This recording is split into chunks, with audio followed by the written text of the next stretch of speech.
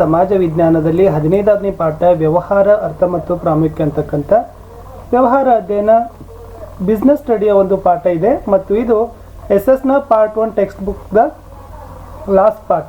ಇಲ್ಲಿಗೆ ಪಾರ್ಟ್ 1 ಮುಗೀತು. ನಾಳೆಯಿಂದ ಪಾರ್ಟ್ 2ದಲ್ಲಿ NMMSಗೆ ಇರ್ತಕ್ಕಂಥ ಪಾಠಗಳ ಕ್ವಶನ್ ಆನ್ಸರ್ಸ್ಗಳನ್ನು ನೋಡ್ತಕ್ಕಂಥ ಸಮಯ. ಬಹಳಷ್ಟು ಬೇಗನೆ ವಿಡಿಯೋಗಳನ್ನೆಲ್ಲ ಹಾಕಿದ್ದೀವಿ. ವಿಡಿಯೋವನ್ನು ಲೈಕ್ ಮಾಡಿ ಹಾಗೂ ಶೇರ್ ಮಾಡಲು ಮರೆಯದಿರಿ. ಹಿಂದಿನ ವಿಡಿಯೋ ನೋಡದೇ ಇದ್ದರೆ ವಿಡಿಯೋದ ಡಿಸ್ಕ್ರಿಪ್ಷನ್ ಬಾಕ್ಸ್ನಲ್ಲಿ NMMS ಪರೀಕ್ಷೆ 22-23 ಸಮಾಜ ವಿಜ್ಞಾನ ಪ್ಲೇಲಿಸ್ಟ್ ಲಿಂಕ್ ಒತ್ತಿದ್ರೆ ಹಿಂದಿನ ಎಲ್ಲ ಪಾಠಗಳ ಕ್ವಶನ್ ಆನ್ಸರ್ ವಿಡಿಯೋಗಳು ಸಿಗ್ತವೆ. ಈ ವಿಡಿಯೋವನ್ನು ಲೈಕ್ ಮಾಡಿ. ನೀವು ಬಳಸ್ತಕ್ಕಂಥ ಸೋಷಿಯಲ್ ಮೀಡಿಯಾ ಪ್ಲಾಟ್ಫಾರ್ಮ್ ಅಂದರೆ ವಾಟ್ಸಪ್ ಮತ್ತು ಟೆಲಿಗ್ರಾಮ್ ಗ್ರೂಪ್ಗಳಲ್ಲಿ, ಫ್ರೆಂಡ್ ಸರ್ಕಲ್, ಸ್ಕೂಲ್ ವಾಟ್ಸಪ್ ಗ್ರೂಪ್ಗಳಲ್ಲಿ, ಟೆಲಿಗ್ರಾಮ್ ಗ್ರೂಪ್ಗಳಲ್ಲಿ ಶೇರ್ ಮಾಡಿ. ನೀವು ಫಸ್ಟ್ ಟೈಮ್ ವಿಡಿಯೋವನ್ನು ವಾಚ್ ಮಾಡ್ತಿದ್ರೆ ನಮ್ಮ ಚಾನಲ್ನಲ್ಲಿ ಬಂದು ಚಾನಲನ್ನು ಸಬ್ಸ್ಕ್ರೈಬ್ ಮಾಡಿ, ಜೊತೆಗೆ ಬೆಲ್ ಐಕಾನನ್ನು ಒತ್ತೋದ್ರಿಂದ ಇದೇ ಥರ ಮುಂಬರ್ತಕ್ಕಂಥ ವಿಡಿಯೋಗಳ ನೋಟಿಫಿಕೇಶನ್ ನೀವು ಫಸ್ಟ್ ಆಗಿ ಪಡಿತೀರಿ. ನಮ್ಮ ಚಾನಲ್ನಲ್ಲಿ ನಾವು ಇಲ್ಲಿಯವರೆಗೆ ಹಿಂದಿ, ಸಮಾಜ ವಿಜ್ಞಾನ, ವಿಜ್ಞಾನದಲ್ಲಿ ಕಲಿಕಾ ಚೇತರಿಕೆ ವಿಡಿಯೋಗಳನ್ನು ಹಾಕ್ತಾ ಇದ್ದೀವಿ. ಹಿಂದಿ, ಸಮಾಜ ವಿಜ್ಞಾನ, ವಿಜ್ಞಾನ ವಿಷಯದ ರಾಜ್ಯ ಪಠ್ಯ ಪುಸ್ತಕಗಳ ಪ್ರಶ್ನೋತ್ತರ ವಿಡಿಯೋಗಳನ್ನು ಸಹಿತ ಅಪ್ಲೋಡನ್ನು ಮಾಡ್ತಿದ್ದೀವಿ. ಸೊ ವಿಶೇಷವಾಗಿ NMMS ವಿಷಯದ ಇದೇ ಥರದ ವಿಜ್ಞಾನ ವಿಷಯದಲ್ಲಿನೂ ಕೂಡ ಕ್ವಶನ್ ಆನ್ಸರ್ ಹಾಕ್ತಾ ಇದ್ದೀವಿ. ಅದರ ಪ್ಲೇಲಿಸ್ಟ್ ಲಿಂಕ್ ಸಹಿತ ಡಿಸ್ಕ್ರಿಪ್ಷನ್ ಬಾಕ್ಸ್ನಲ್ಲಿ ಇದೆ. ನಿಮ್ಮ FASC ಎಕ್ಸಾಮ್ಗೆ ಯೂಸ್ ಆಗ್ತಕ್ಕಂಥ ಕ್ವಶನ್ ಪೇಪರ್ಸ್ ಇದ್ದಾವೆ. ಏನಾದರೂ ಡೌಟ್ ಅನಿಸಿದರೆ ಕಮೆಂಟನ್ನು ಮಾಡಿ. ಮೋಸ್ಟ್ ಇಂಪಾರ್ಟೆಂಟ್ ಅಂದರೆ ನಮ್ಮದೊಂದು ಟೆಲಿಗ್ರಾಮ್ ಗ್ರೂಪ್ ಅದ ಸ್ಟಡಿ ವಿತ್ ಪರಶುರಾಮ್ ಅಂತ, ಅದಕ್ಕೆ ಎಲ್ಲರೂ ಕೂಡ ಬಂದು ಜಾಯ್ನ್ ಆಗಿ. ಲಿಂಕ್ ವಿಡಿಯೋದ ಡಿಸ್ಕ್ರಿಪ್ಷನ್ ಬಾಕ್ಸ್ನಲ್ಲಿ ಇದೆ.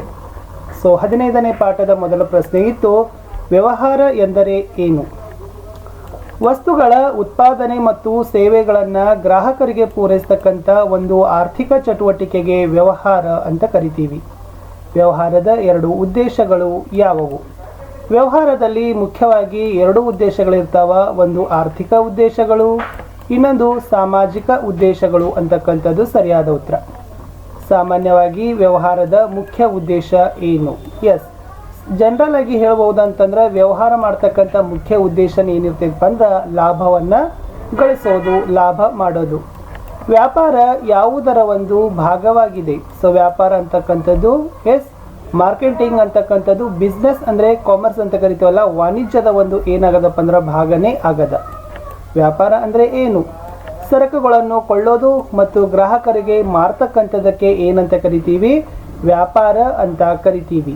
ವ್ಯಾಪಾರದಲ್ಲಿ ಎಷ್ಟು ವಿಭಾಗಗಳು? ಅವು ಯಾವುವು? ವ್ಯಾಪಾರದಲ್ಲಿ 3 ವಿಭಾಗಗಳಿದ್ದಾವ. ಒಂದನೇದು ಆಂತರಿಕ, ಅದನ್ನು ದೇಶಿ ವ್ಯಾಪಾರ ಅಂತೀವಿ. ಎರಡನೇದು ವಿದೇಶ, ಅದನ್ನು ಅಂತಾರಾಷ್ಟ್ರೀಯ ವ್ಯಾಪಾರ ಅಂತೀವಿ. ಮೂರನೇದು ಪುನರ್ ರಫ್ತು ವ್ಯಾಪಾರ ಅಂತ ಏನು ಮಾಡ್ತೀವಿ ಕರಿತೀವಿ. ಇವು 3 ವ್ಯಾಪಾರದ ವಿಭಾಗಗಳು. 7ನೇ ಪ್ರಶ್ನೆ ಇತ್ತು, ಆಂತರಿಕ ಅಥವಾ ದೇಶಿ ವ್ಯಾಪಾರ ಅಂದರೆ ಏನು? ಒಂದು ದೇಶದ ಎಲ್ಲೆಗಳ ಒಳಗಡೆ ನಡೀತಕ್ಕಂಥ ವ್ಯಾಪಾರವನ್ನು ಆಂತರಿಕ ಅಥವಾ ದೇಶಿ ವ್ಯಾಪಾರ ಅಂತ ಕರಿತೀವಿ. ವಿದೇಶಿ ವ್ಯಾಪಾರದಲ್ಲಿ ಎಷ್ಟು ಭಾಗಗಳು? ಅವು ಯಾವುವು? ಸೊ ವಿದೇಶಿ ವ್ಯಾಪಾರದಲ್ಲಿ 3 ಭಾಗಗಳು ಬರ್ತಾವ. ಒಂದು ಆಮದು, ಇನ್ನೊಂದು ರಫ್ತು, ಇನ್ನೊಂದು ಪುನರ್ ರಫ್ತು ಅಂತ. ಒಟ್ಟು ಏನು ಮಾಡ್ತೀವಪ್ಪ ಅಂತಂದ್ರೆ 3 ಭಾಗಗಳನ್ನು ನಾವು ಅದರಲ್ಲಿ ನೋಡ್ತೀವಿ. ಎಸ್, ವಿದೇಶಿ ವ್ಯಾಪಾರದಲ್ಲಿ ನೋಡ್ತೀವಿ. ಆಮದು ಅಂದರೆ ಏನು? ನೆನಪಿಟ್ಕೊಡ್ರಿ, ಒಂದು ದೇಶ ತನ್ನ ಬಳಕೆಗಾಗಿ ಬೇರೆ ದೇಶಗಳಿಂದ ಸರಕುಗಳನ್ನು ಕೊಂಡರೆ ಅವುಗಳನ್ನು ಆಮದು ಅಂತ ಕರಿತೀವಿ. ಆಮದು ಅಂದರೆ ಇಷ್ಟೇ ಹೇಳ್ಬೋದು, ಬೇರೆ ದೇಶದಿಂದ ವಸ್ತುಗಳನ್ನು ನಾವುಗಳನ್ನು ಕೊಂಡುಕೊಳ್ಳೋದು. ರಫ್ತು ಅಂದರೆ ಏನಂತ ಕೇಳಿದರೆ, ಒಂದು ದೇಶ ಬೇರೆ ದೇಶಗಳಿಗೆ ಆ ದೇಶಗಳ ಬಳಕೆಗಾಗಿ ವಸ್ತುಗಳನ್ನು ಮಾರಿದರೆ ಅದನ್ನು ರಫ್ತು ಅಂತ ಕರಿತೀವಿ. ನಮ್ಮ ದೇಶದ ವಸ್ತುಗಳನ್ನು ಬೇರೆ ದೇಶದವ್ರಿಗೆ ಮಾರಿದ್ರೆ ರಫ್ತಾಗ್ತದೆ. ಸೊ ಬೇರೆ ದೇಶದ ವಸ್ತುಗಳನ್ನು ನಾವು ಕೊಂಡುಕೊಂಡಿದ್ರೆ ಅದನ್ನು ಆಮದು ಅಂತ ಕರಿತೀವಿ. ಇಂಪೋರ್ಟ್ ಮತ್ತು ಎಕ್ಸ್ಪೋರ್ಟ್ ಅಂತ ಕರಿತೀವಿ. ಮೋಸ್ಟ್ ಇಂಪಾರ್ಟೆಂಟ್, ಪುನರ್ ರಫ್ತು ಅಂದರೆ ಏನು? ನೋಡಿ, ಒಂದು ದೇಶದಿಂದ ವಸ್ತುಗಳನ್ನು ಕೊಂಡು ಇದು ಕೊಂಡು ಅಂತ ಮಾಡಿಕೊಡ್ರಿ, ಮತ್ತೊಂದು ದೇಶಕ್ಕೆ ವಸ್ತುಗಳನ್ನು ಮಾರೋದಕ್ಕೇನೆ ಪುನರ್ ರಫ್ತು ಅಂತ ನಾವೇನು ಮಾಡ್ತೀವಿ ವಿದ್ಯಾರ್ಥಿಗಳೇ ಕರಿತೀವಿ. ಸಹಜವಾಗಿ ಹೇಳೋದು, ಒಂದು ದೇಶದಿಂದ ವಸ್ತುವನ್ನು ಕೊಂಡುಕೊಂಡು ಮತ್ತೆ 3ನೇಯವರಿಗೆ ನಾವು ಮಾಡೋದು ದಲ್ಲಾಳಿ ತರನಾಗಿರ್ತಕ್ಕಂಥ ವರ್ತನೆಯನ್ನು ಮೀಡಿಯೇಟರ್ ತರನಾಗಿ ಇದು ಮಾಡ್ತಾರೆ. ಪುನರಫ್ತು ಮಾಡುವ ದೇಶಗಳಿಗೆ ಉದಾಹರಣೆಗಳನ್ನು ಕೊಡಿ. ಹಾಗಾದರೆ ಯಾವ ಥರನ ಆ ಥರ ದೇಶಗಳಿದಾವಪ್ಪ ವಸ್ತು ಕೊಂಡುಕೊಂಡು ಬೇರೆದವ್ರಿಗೆ ಮಾರ್ತಾವಂದ್ರೆ ಸಿಂಗಪೂರ್ ಮತ್ತು ಮಧ್ಯ ಏಷ್ಯಾ ದೇಶಗಳು ಏನಾಗಿದ್ದಾವ ಪುನರಫ್ತು ಮಾಡ್ತಕ್ಕಂಥ ದೇಶಗಳಿಗೆ ಉದಾಹರಣೆ ಆಗಿದ್ದಾವ. ಕೈಗಾರಿಕೆಗಳಲ್ಲಿ ಎಷ್ಟು ವಿಭಾಗಗಳು? ಅವು ಯಾವುವು? ಸೊ ಕೈಗಾರಿಕೆಗಳಲ್ಲಿ 2 ವಿಭಾಗಗಳು ಬರ್ತಾವೆ ವಿದ್ಯಾರ್ಥಿಗಳೇ, ಪ್ರಾಥಮಿಕ ಉದ್ಯಮ, ದ್ವಿತೀಯಕ ಉದ್ಯಮ. ಪ್ರಾಥಮಿಕ ಉದ್ಯಮಗಳು ಅಂದರೆ ಏನು? ನಿಸರ್ಗದ ನೆರವಿನಿಂದ ವಸ್ತುಗಳನ್ನು ಉತ್ಪಾದನೆ ಮಾಡ್ತೀವಲ್ಲ, ಅವೆಲ್ಲಕ್ಕೂ ಕೂಡ ನಾವೇನಂತೀವಿ, ಪ್ರಾಥಮಿಕ ಉದ್ಯಮಗಳು ಅಂತ ಕರಿತೀವಿ. ಪ್ರಾಥಮಿಕ ಉದ್ಯಮಗಳಿಗೆ ಉದಾಹರಣೆ ಕೊಡಿ. ಸೊ ಪ್ರಾಥಮಿಕ ಉದ್ಯಮಗಳಿಗೆ ಕೃಷಿ ಬರ್ತದ, ಮೀನುಗಾರಿಕೆ ಬರ್ತದ, ಹೈನುಗಾರಿಕೆ ಬರ್ತದ, ಗಣಿಗಾರಿಕೆ ಬರ್ತದ. ಇವೆಲ್ಲ ಏನಪ್ಪ ಅಂತಂದ್ರೆ ಪ್ರಾಥಮಿಕ ಉದ್ಯಮಗಳಿಗೆ ಉದಾಹರಣೆಗಳು ಆಗಿದ್ದಾವೆ. ತಳಿ ವೈಜ್ಞಾನಿಕ ಉದ್ಯಮಗಳು ಯಾವುವು? ತೋಟಗಾರಿಕೆ, ಹೈನುಗಾರಿಕೆ, ಕೋಳಿ ಸಾಕಾಣಿಕೆ. ಇವು ಮೂರು ಏನಪ್ಪ ಅಂದ್ರೆ ತಳಿ ವೈಜ್ಞಾನಿಕ ಉದ್ಯಮಗಳು ಆಗಿದ್ದಾವೆ. ಗೃಹ ಕೈಗಾರಿಕೆಗಳನ್ನು ಏನಂತ ಕರಿತೀವಿ? ಸೊ ಗೃಹ ಕೈಗಾರಿಕೆಗಳಿಗೆ ಇರತಕ್ಕಂಥ ಇನ್ನೊಂದು ಹೆಸರು ಗುಡಿ ಕೈಗಾರಿಕೆ ಅಂತಲೂ ಕೂಡ ಕರಿತೀವಿ. ಸಣ್ಣ ಪ್ರಮಾಣದ ಕೈಗಾರಿಕೆಗಳಿಗೆ ಉದಾಹರಣೆಗಳನ್ನು ಕೊಡಿ. ರಾಸಾಯನಿಕ ವಸ್ತುಗಳು, ಇಂಜಿನಿಯರಿಂಗ್ ವಸ್ತುಗಳು, ಪಾದರಕ್ಷೆಗಳು, ಬೈಸಿಕಲ್, ರೇಡಿಯೋ, ಹೊಲಿಗೆ ಯಂತ್ರ ಉತ್ಪಾದಿಸ್ತಕ್ಕಂಥ ಕೈಗಾರಿಕೆಗಳೆಲ್ಲ ಸಣ್ಣ ಪ್ರಮಾಣದ ಕೈಗಾರಿಕೆಗಳಲ್ಲಿ ಇನ್ನು ಮತ್ತಪ್ಪ ಅಂದ್ರೆ ಬರ್ತಾವ. ಸರಕುಗಳನ್ನು ಉತ್ಪಾದಕ ಸ್ಥಳಗಳಿಂದ ಗ್ರಾಹಕರಿಗೆ ದೊರೆಯುವಲ್ಲಿ ಇರ್ತಕ್ಕಂಥ ಅಡಚಣೆಗಳು ಯಾವುವು? ಸರಕುಗಳು ಉತ್ಪಾದನೆ ಆಗ್ತಾವ, ಬಟ್ ಗ್ರಾಹಕರವರೆಗೆ ಪೂರೈಕೆ ಆಗೋದಿಲ್ಲ. ಆ ಗ್ರಾಹಕರವರೆಗೆ ಪೂರೈಕೆ ಆಗಬೇಕಾದ್ರೆ ಅದು ಕೆಲವೊಂದಿಷ್ಟು ಸಮಸ್ಯೆಗಳನ್ನು ಏನು ಮಾಡ್ತದಪ್ಪ ಅಂದ್ರೆ ಅನುಭವಿಸ್ತದ. ಅದರಲ್ಲಿ ನಾವು ಏನು ಹೇಳ್ಬೋದು? ಸ್ಥಳದ ಅಡಚಣೆ, ನಷ್ಟದ ಭಯ. ಸೊ ನಷ್ಟ ಭಯದ ಅಡಚಣೆ ಅಂತ ಕರಿತೀವಿ. ಭಯ ಆಗಬೇಕು ಅದು.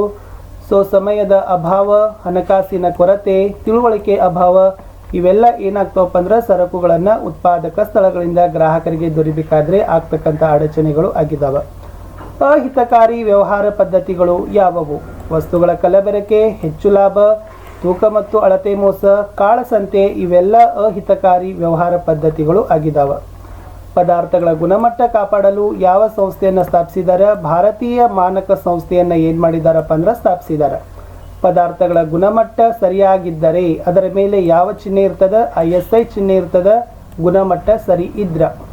ವ್ಯವಸಾಯ ಉತ್ಪನ್ನಗಳ ವಸ್ತುಗಳ ಮೇಲೆ ಗುಣಮಟ್ಟಕ್ಕಾಗಿ ಯಾವ ಚಿಹ್ನೆಯನ್ನು ಬಳಸ್ತಾರೆ? ಎಗ್ಮಾರ್ಕ್. ಇದು ಮೋಸ್ಟ್ ಇಂಪಾರ್ಟೆಂಟ್ ಇದೆ, ಇದು ಕ್ವಶನ್ ಬಂದಿತ್ತು.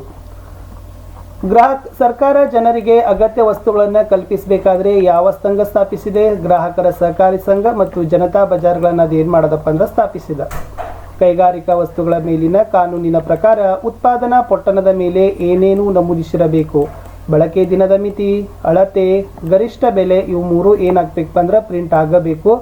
ಇಷ್ಟು 15ನೇ ಪಾಠದಲ್ಲಿರ್ತಕ್ಕಂಥ 25 ಮೋಸ್ಟ್ ಇಂಪಾರ್ಟೆಂಟ್ ಕ್ವಶನ್ ಇತ್ತು. ಮತ್ತೆ ಸಿಗ್ತೀನಿ ಹೊಸ ಪಾಠದ ವಿಡಿಯೋದಲ್ಲಿ. ಅಲ್ಲಿಯವರೆಗೂ ಬಾಯ್. ಸೊ ವಿಡಿಯೋಗಳನ್ನು ಲೈಕ್ ಹಾಗೂ ಶೇರ್, ಸಬ್ಸ್ಕ್ರೈಬ್ ಮಾಡಲು ಮರೆಯದಿರಿ. ಅವೇ ನಮಗೆ ಏನಾಗಿರ್ತಾವಪ್ಪ ಅಂತಂದ್ರೆ ಮೋಟಿವೇಶನ್ಗಳು ಆಗಿರ್ತಾವ. ಎಸ್, ಬಾಯ್.